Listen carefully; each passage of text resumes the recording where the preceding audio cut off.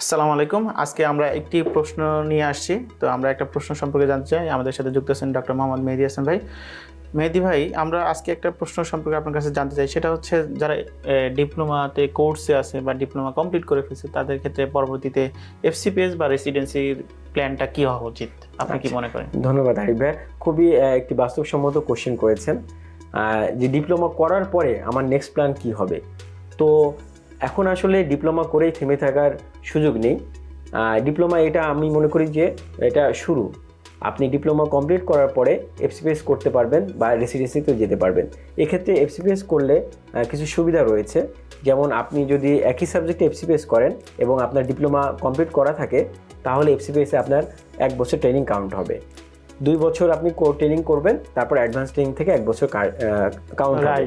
হ্যাঁ, 4 বছর আপনি ট্রেনিং করে এফসিপিএস ফাইনাল পরীক্ষা ইনশাল্লাহ দিতে পারবেন। তো সেক্ষেত্রে 6 বছরের মধ্যে আপনি ইনশাল্লাহ 2টি ডিগ্রি অধিকারী হওয়ার সুযোগ রয়েছে।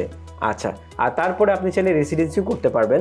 তো এখানে মেইন যে ফ্যাক্টরটি কাজ করে সেটা হলো আপনার একটি ডিগ্রি হয়ে যাওয়ার পরে আপনার যে সাপোর্টটি আপনি পাবেন সেটা কনফিডেন্ট আপনার অনেক বেশি থাকবে, প্লাস আপনি ফাইন্যান্সিয়ালি অনেক বেশি সাউন্ড থাকবেন।